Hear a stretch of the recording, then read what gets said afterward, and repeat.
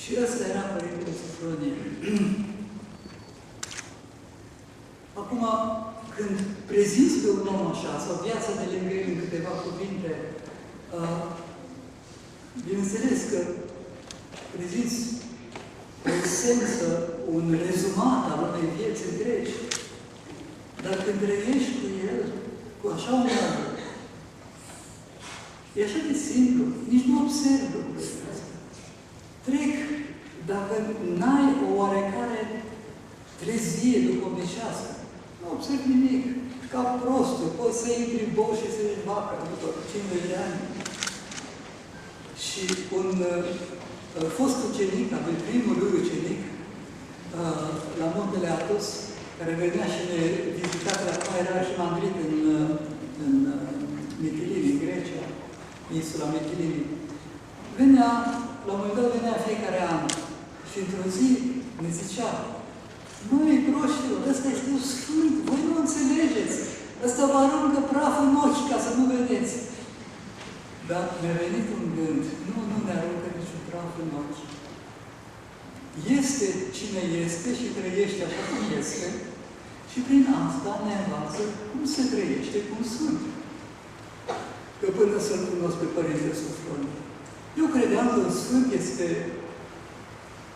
ceva unic în istorie, pe care trebuie să-l pui pe un stâlp de vreo 15 km și să te uiți la el cu binoclu pe partea inversă, ca să știu cât mai departe.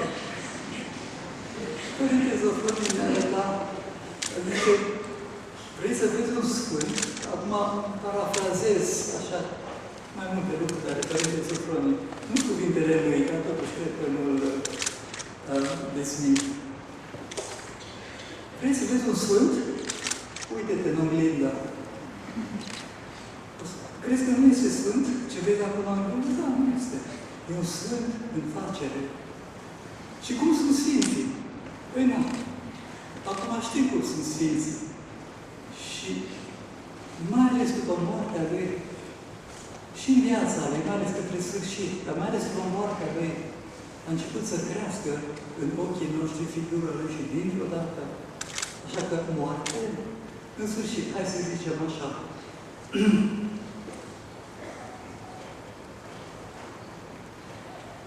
În moartea lui a crescut figura lui și cred că și frații mei au același gând, că nu e dintre cei mai mici, dintre sfinții, dintre florile din lui Dumnezeu.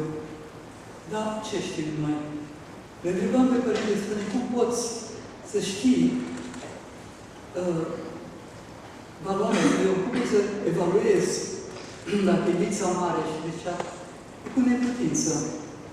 Trebuie ca tu să fii cel puțin la nivelul lui, un sfânt, de exemplu.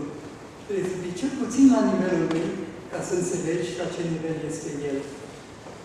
Și deci am abandonat orice idee atunci să încerc să judec